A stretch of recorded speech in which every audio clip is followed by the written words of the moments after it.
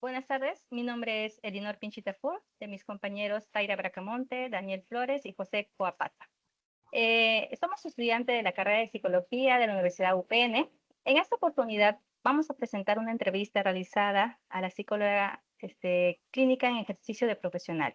El propósito de este trabajo es comprender la importancia de la observación y la entrevista dentro del proceso de evaluación psicológica, así como reconocer el valor ético, técnico y humano que estas competencias tienen en la práctica profesional.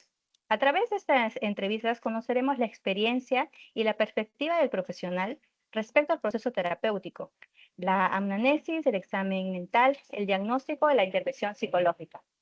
Por favor, doctora, le doy pase para que pueda presentarse.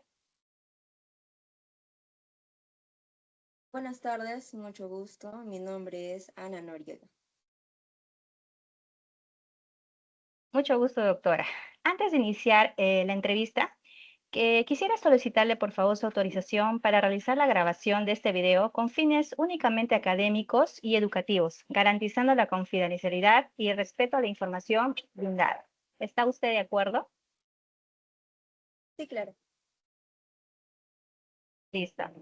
Esta entrevista, como estábamos comentando, nos va a permitir saber a través de su experiencia cómo nosotros podemos conllevar a algunos pacientes.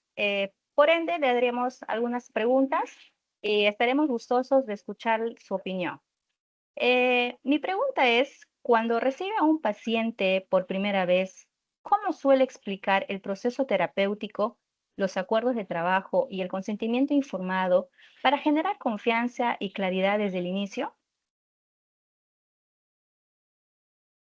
Bueno, lo que yo suelo utilizar es el rapport. Para mí es esencial, sobre todo en el primer contacto que tengo con el paciente, porque nos permite generar un ambiente de confianza y de esa manera poder interactuar amenamente con nuestro usuario, ¿no?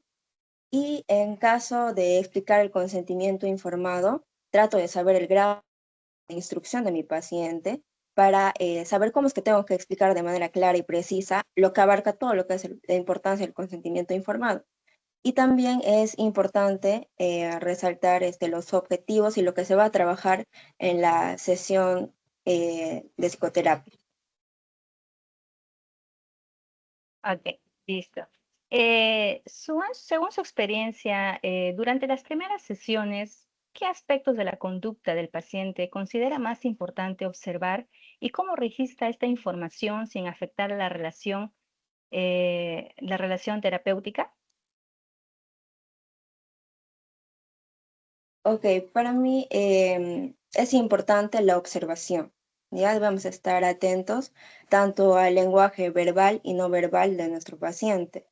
Si por decir no hace mucho contacto visual o también si es coherente con lo que dice o se contradice, es importante también saber la expresión tanto emocional y también pues el no verbal que tiene el paciente ante la situación por la que está pasando. Y en cuanto a registrar la información, es preferible registrarlo inmediatamente después de terminar la sesión para no incomodar al paciente o escribir cosas claves que nos puedan ayudar a estructurar nuestra historia clínica, ¿no? Para no hacer una especie de interrogatorio, sino más bien que sea una entrevista como tal y prestar atención a todo lo que nos indica nuestro paciente. Ok, listo. En la entrevista clínica, ¿cómo evalúa el examen mental del paciente? Por ejemplo, en orientación, atención, memoria, juicio, pensamiento, afectividad, de manera natural y qué tan importante considera contar con un formato de registro.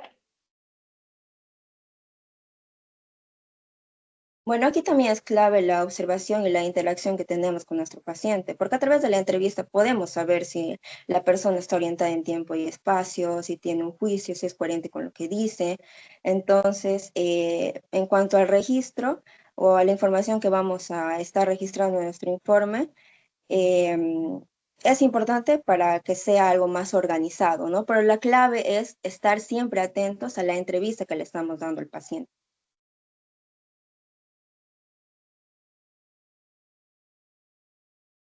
Buenas tardes, doctora. Mi nombre es Daniel Flores.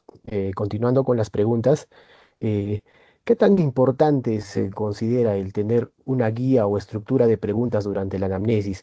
¿Y cómo decide qué información es realmente relevante obtener, ¿no?, del paciente?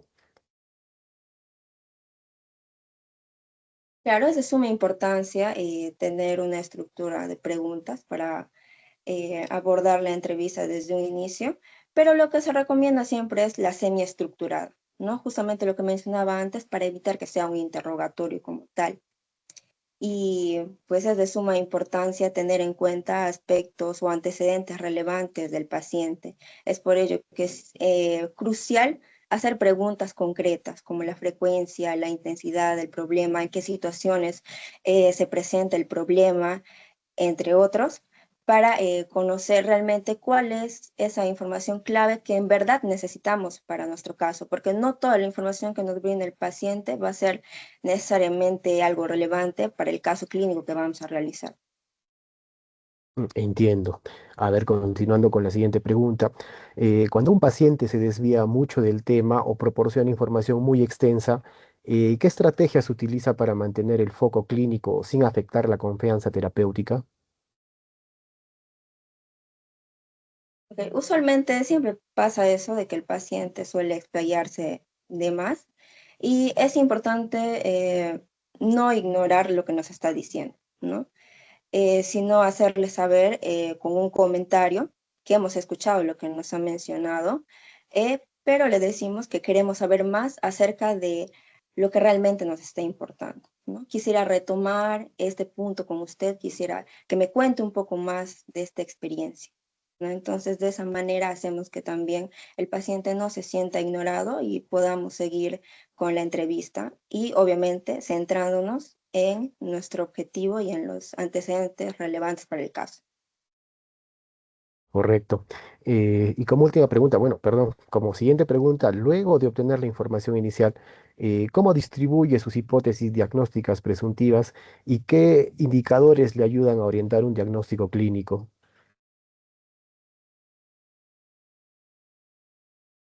Bueno, para la hipótesis, como ya lo venía mencionando anteriormente también, es importante los antecedentes relevantes que nos menciona el paciente acerca, eh, o bueno, en la anamnesis como tal, ¿no? Entonces, siempre es clave tener todos esos antecedentes relevantes para el caso y como indicadores, también como mencionaba, la frecuencia, en qué situaciones se da, con qué intensidad, si viene desde hace años el problema o si es reciente o a raíz de qué sucedió, cómo se dio.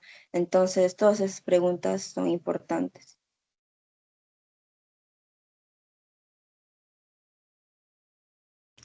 Buenas noches, doctora. Mi nombre es Taira. Y pues sigo con las preguntas.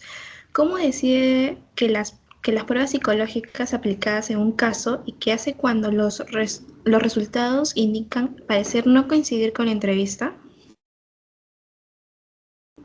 Eh, para saber qué pruebas aplicar, tengo que tener en cuenta también la edad de mi paciente, también el motivo de consulta por el cual está acudiendo y a su vez también tener en cuenta que los instrumentos que vamos a aplicar tengan validez y confiabilidad para que toda la información que tengamos sea verídica. Y en caso de que supongamos que se contradice con la anamnesis que yo he hecho, lo cual no suele ocurrir, pero en caso ocurra, es importante retomar el caso desde un inicio. Es por eso que siempre resalto la importancia de hacer una muy buena anamnesis.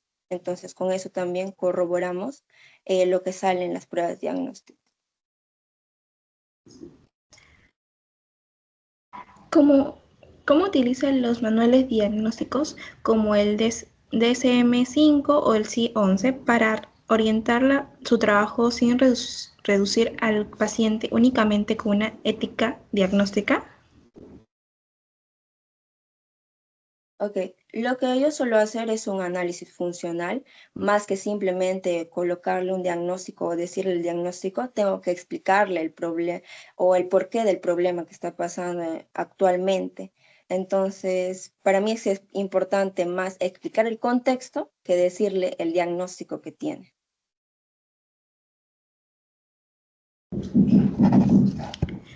Una vez formulado el caso, ¿cómo decide qué modalidad de intervención psicológica es el más adecuado para el paciente?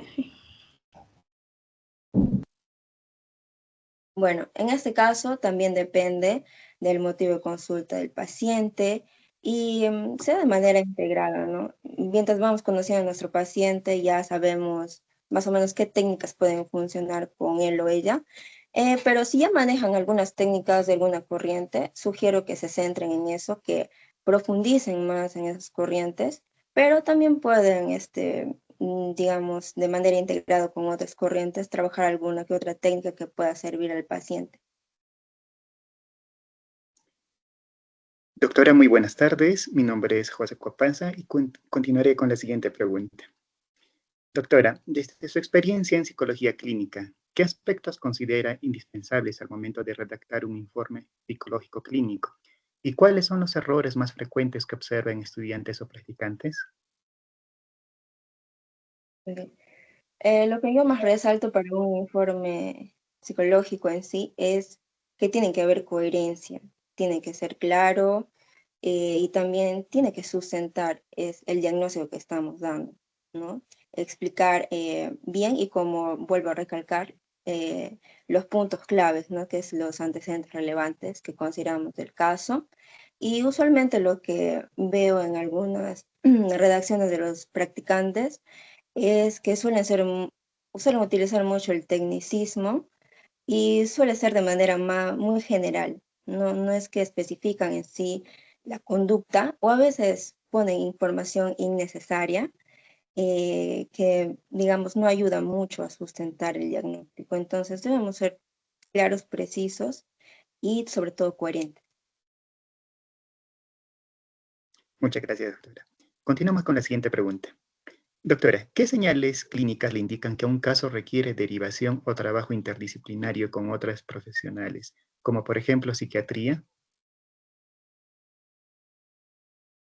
Bueno, para una derivación yo tengo en cuenta si existen síntomas graves o si la situación ya de por sí es grave, como por ejemplo un intento de suicidio o pacientes psicóticos con esquizofrenia, con adicciones. Entonces, incluso un paciente con ansiedad o mixto también, ansiedad y depresión, que ya viene desde hace años, por eso digo que la frecuencia y la intensidad es muy importante, ¿no? También la duración que tiene el trastorno del paciente para saber si, aparte de la psicoterapia que le voy a brindar, también necesita algún tipo de medicación. Entonces tengo que estar muy atenta a los factores de riesgo que tiene el paciente a su alrededor. Muchas gracias, doctora. Finalmente, la última pregunta. Doctora, si tuviera que brindar 3 recomendaciones esenciales a estudiantes que realizarán su primer caso clínico completo, ¿cuáles serían? Ya. Lo primero que yo les recomendaría es que hagan una muy buena anamnesis. Que si tienen la oportunidad de brindarle un tiempo óptimo a su paciente, que no duden en hacerlo y obviamente estar con la escucha activa y ser muy observadores. Entonces, una anamnesis es clave para todo el desarrollo del caso clínico que ustedes van a hacer. Como segunda recomendación, les diría que realicen análisis funcional. El análisis funcional también es muy básico para poder abordar un caso clínico. Hay muchos libros en internet que podrán buscar, son muy eficaces. Y como tercera y última recomendación, lo que mencioné al principio, el rapport, que también es esencial porque nos permite tener esa confianza con el paciente desde el primer momento. Entonces, eso también va a ayudar a que el paciente sea sincero con ustedes y pues tenga ya pues la absoluta confianza de brindarles toda la información necesaria que ustedes van a necesitar para el caso.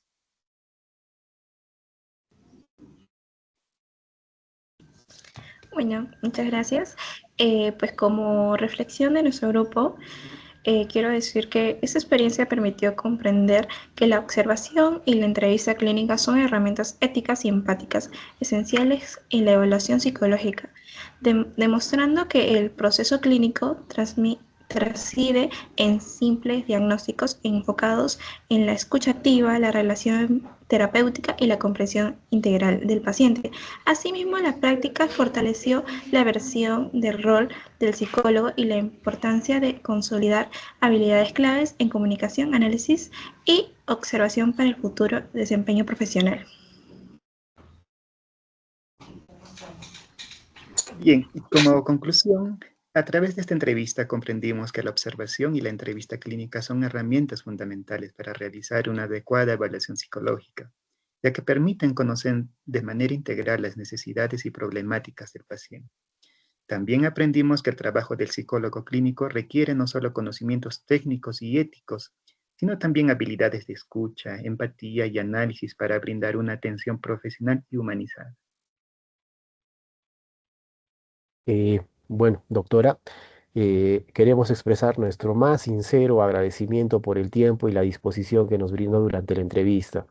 Su experiencia y perspectiva como profesional de la psicología serán invaluables para nuestro trabajo, esto aportando una claridad fundamental a los temas abordados, ¿no? Nosotros como grupo valoramos enormemente su generosidad al compartir sus conocimientos con nosotros. Sin duda sus aportes enriquecerán significativamente el desarrollo de este proyecto. Muchas gracias y gracias por su tiempo.